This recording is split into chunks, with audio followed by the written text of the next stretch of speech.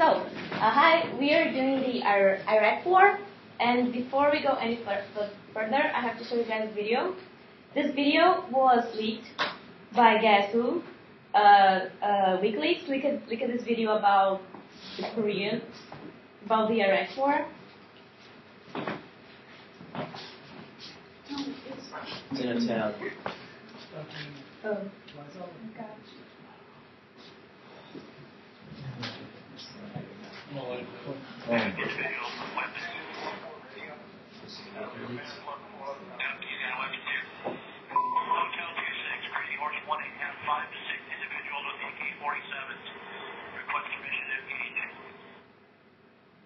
Roger that. We have no personnel east of our position, so you are free to engage over. He was right in front of the brand. There at 1 o'clock. Haven't seen anything since then. Just looking. Once you get on, it's over. I'll get right there. I see you're over. You got about 4 of these out along this. You're clear. All right, firing. What's the baseline? Let me know when you have it. Light them all up. Come on, fire. Roger.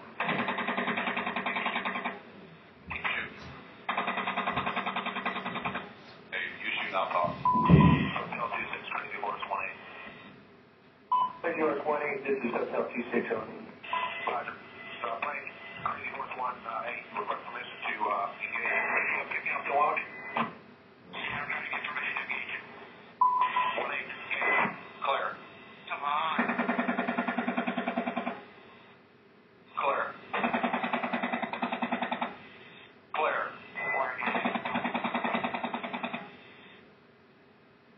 Coming around clear. Roger. Trying to,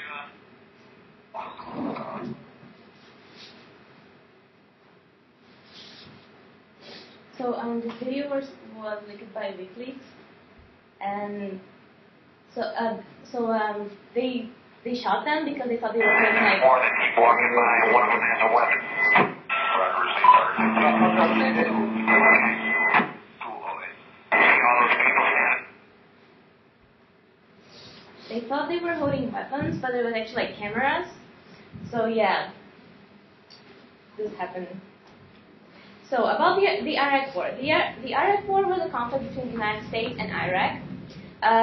It started in March 20, 2003, and it lasted for like 7 years.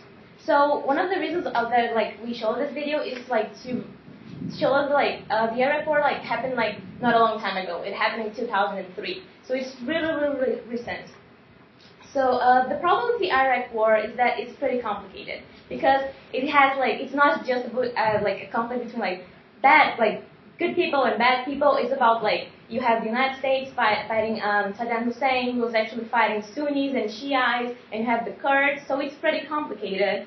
And before we show like the important figures, we have to show you guys another video about the difference between the Sunnis and the Shiites, because this is like a really important thing. And the Muslim religions, they have like this difference between the Sunnis and the Shiites, and there's no way we can understand this conflict without understanding the difference between those two groups.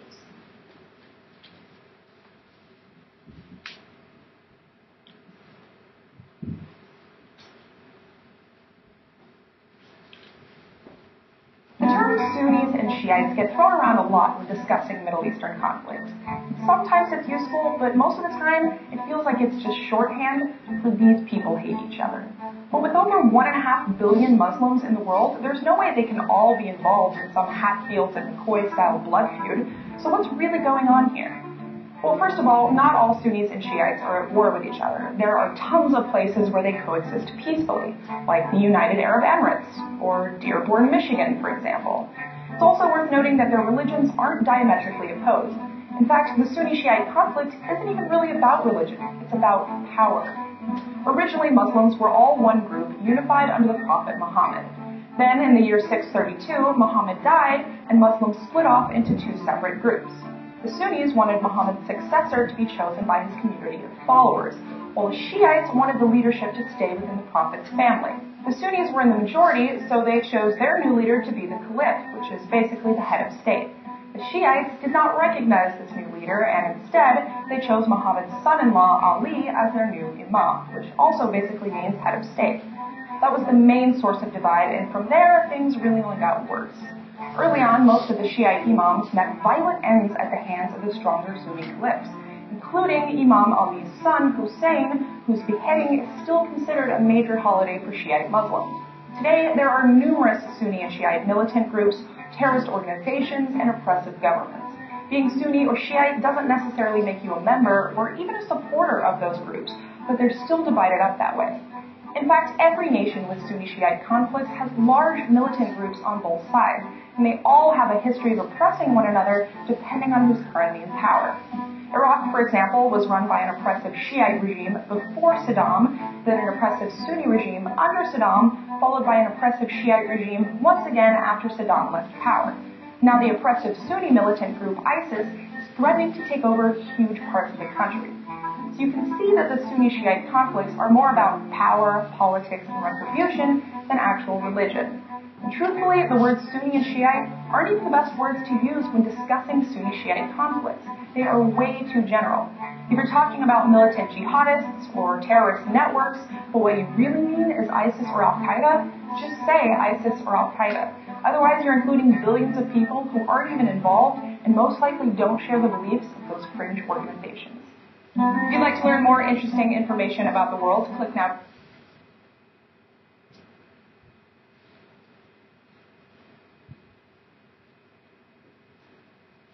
So yeah, the religion is plays a big role in Iraq, and especially Sunnis and Shiites.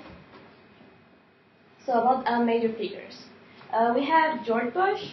George Bush was the president of the United States at that time. Many people believe that George Bush, he was just like a puppet. He pretty much just declared the war against Iraq. Yeah, he wasn't that important actually. We have Dick Cheney. Dick Cheney, he was the vice president at that time. Dick Cheney really wanted this war. He was one of the people who fought the most for the United States to attack Iraq. We also have Colin Powell. Colin Powell, he was the United States Secretary of State at that time. He didn't want the Iraq War to happen. But in the end, he really fought against it. But in the end, he was the one who went to the United Nations and he presented the evidence that Iraq had concealed an ongoing weapons development program. And he actually was the one who went to the United Nations and declared a war against Iraq. We have Saddam Hussein. He's probably he's the face of this war. Saddam Hussein, he was a dictator in Iraq. He was a Sunni Muslim, and he governed over a Shia majority. Saddam Hussein, he was Sunni. The majority was Shia. So you have this problem against Sunni and Shiites again. Saddam Hussein, he actually wasn't that religious. He was more like a political figure. But he committed a lot of crimes against Shiites. This was also one of the reasons the United States decided to declare war in Iraq. He didn't although he persecuted Shiites, he didn't persecute Christians though. So Saddam Hussein, he was hanged. He was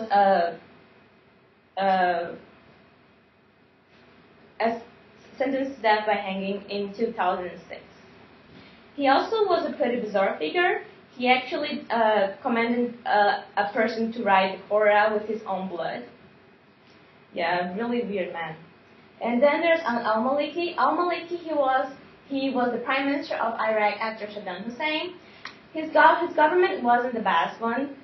He had a lot of problems, especially during his government. Then we had the rise of a lot of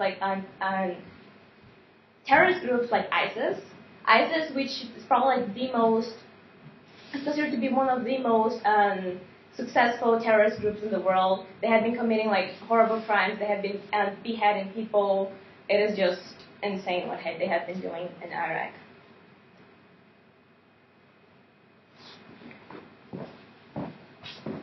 So I have the origins of the war. So one event would be 9/11, and we all know what happened the day of 9/11, why it happened, and all of its tragic events. what we might not know is how Iraq was involved, and why this moment in history is part of the origins of the Iraq War.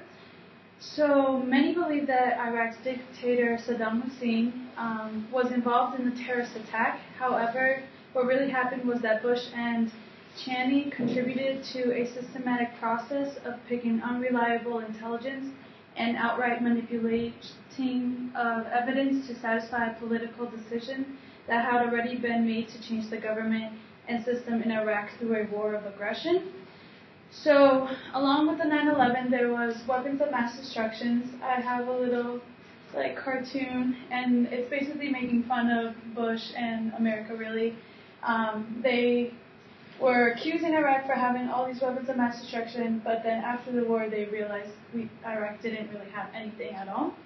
So, Bush and Cheney's plan had eventually worked, and it led to a persuasive speech from Dick Cheney about Iraq and their weapons of mass destruction.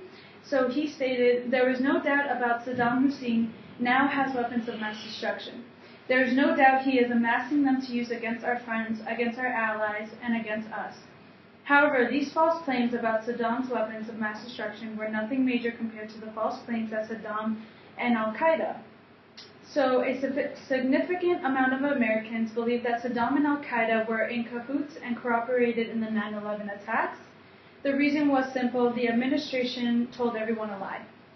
But because of all these events and discovered lies, Iraq went to war, which is why 9/11 and weapons of mass destruction played a key role in the origins of the war. Another origin of the war would be the Gulf War. So the Gulf War is the step leading into the Iraq War.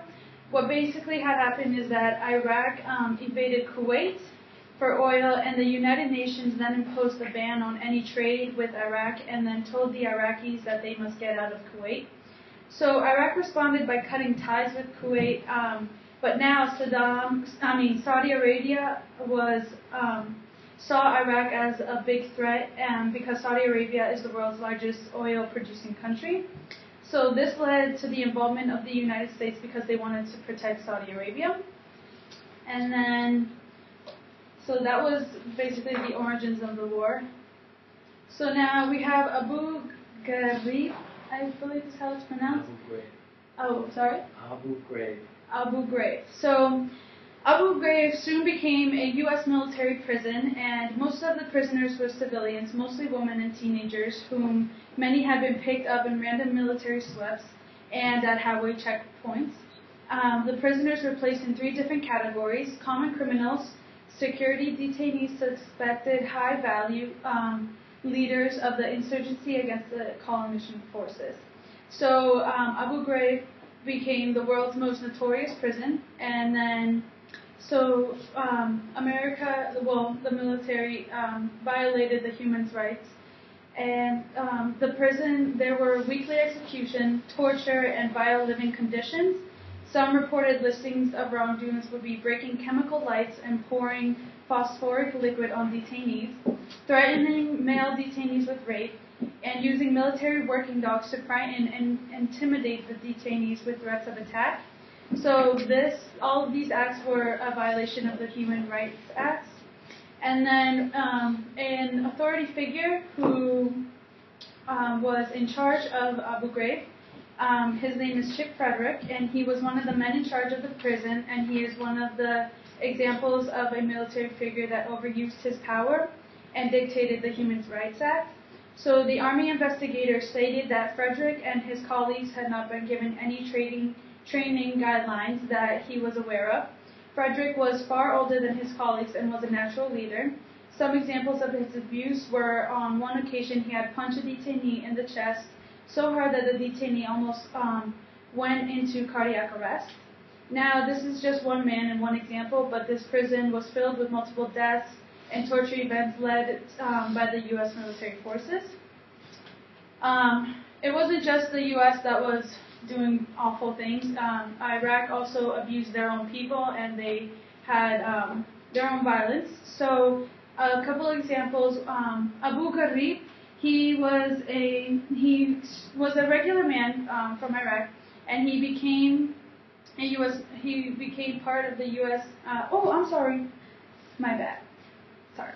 So there was numerous accounts in which the Iraqis abused their people. So the abuses allied with Iraq's security forces in Sunni areas, which have escalated. Residents have been forced from their homes, kidnapped, and in some cases executed.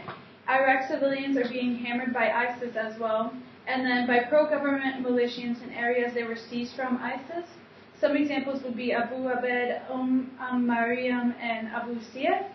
So Abu Abed, he is a typical man. He was raided. These were his words. Sorry. The raid lasted from 4 until 7 in the morning. They blocked the roads. Then they started arresting people. These are Abu Abed's words. Under Saddam's reign, the Shia majority had been oppressed. Now they were in control. Militias operated freely from government ministries. There were dozens of men in military gear and helmets. The Ministry of Interior insignia was on their cars. A group of them went into my father's house. They beat up my father. He was 80. We found my brother. He was handcuffed. The handcuffs were metal. His fingers had been chopped off. His eyes were gouged out. They had cut off his ears. Abu Abed. So these militias were state-supported in every detail. Their vehicles belonged to the state. Their weapons belonged to the state. Their communications gear belonged to the state. And their logistical support came from the state. So these militias weren't acting alone. Another example would be Mariam. So she was a 70-year-old resident who identified herself as Mariam, and she told the Human Rights Act that the police took her sons, Kareem, 33, and Siyaf, 38, from their home without an arrest warrant. They burst into the house and grabbed them, she said. They released the men who Umar said were civilians 2 days later. But then 6 armed men wearing black or camouflage with their faces covered grabbed the 2 men. The armed men pushed on Mariam and threatened to shoot her if she screamed. And she says, these were her words, I was kissing their hands to make them stop, and they just kicked me off of them. So she's just another example of how the Iraq people abused and used their violence against their own people. One more example would be Abu Siyaf, and he was a farmer in his 50s. He identified himself to the Human Rights Watch, and he said that the militia and volunteers fighting with the quasi-governmental Popular Front began attacking the villages of Al-Bolar, Matar, Aruba, Farija, and Al-Sudad al-Haronija, together home to approximately 1,000 Sunni families. So he said he saw militia men and volunteers burn at least 50 houses in the villages and fire mortars and rockets on homes. So the militia men called residents sectarian names and forced the residents to fly Shia flags from their homes and businesses, he said. They made us feel like prisoners in our own town. So the conditions worsened, and the militia kidnapped a local fruit and vegetable dealer. They later demanded $70,000 US for his release, which the man's family did end up paying. And then a day later, once they paid all the money, the family found the man's body on the side of the road. So that's just awful, really. So this is So major events in the Iraqi war, we have it started the invasion of Iraq on March 20, 2003.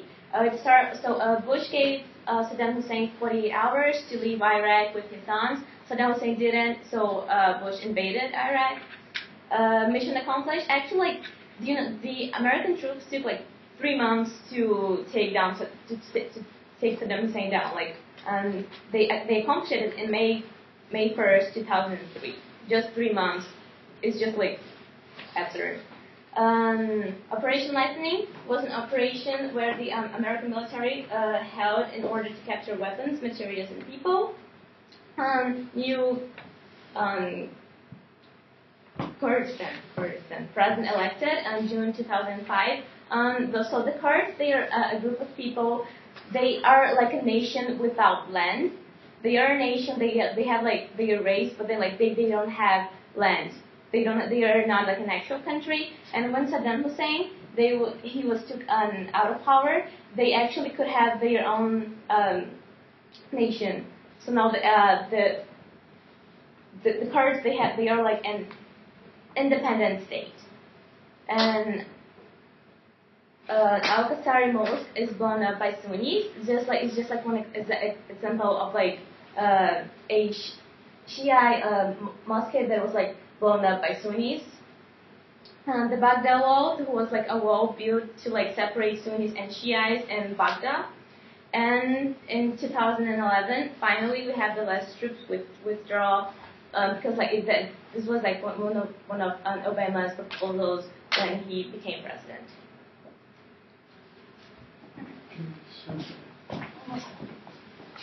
So there was an impact after the war for the U.S., obviously. So bring our troops home. You can basically guess what bring our troops home is, but in other words, Obama started this program in order to bring back the many soldiers who have fought in the Iraq War and even in the Afghanistan War. So when President Obama took office, nearly 180,000 troops were in harm's way in Iraq and Afghanistan. By the end of this year, there will be fewer than 10,000. And then here's a timeline of all what the Bring Our Troops Home has done. And right here, we're at the end of 2005, and we've had a decrease in Afghanistan by roughly half than what has started. So then what also was good for the U.S. is that the capture of Saddam Hussein. So after spending 9 months on the run, former Iraq dictator Saddam Hussein is captured in a day of 2003. Saddam's downfall began on March 20th, 2003, when the United States led an invasion force into Iraq to topple his government, which had controlled the country for more than 20 years. So Saddam is now in Iraq custody with U.S. security, and he faced trials in front of a special tribunal of several criminal cases pending against him. But then, like Hili said, he was finally hanged and he was killed basically. But after the war, so the Sunnis and the Shias were still in kind of a mess, really. But it's getting there, I guess you can say. And that's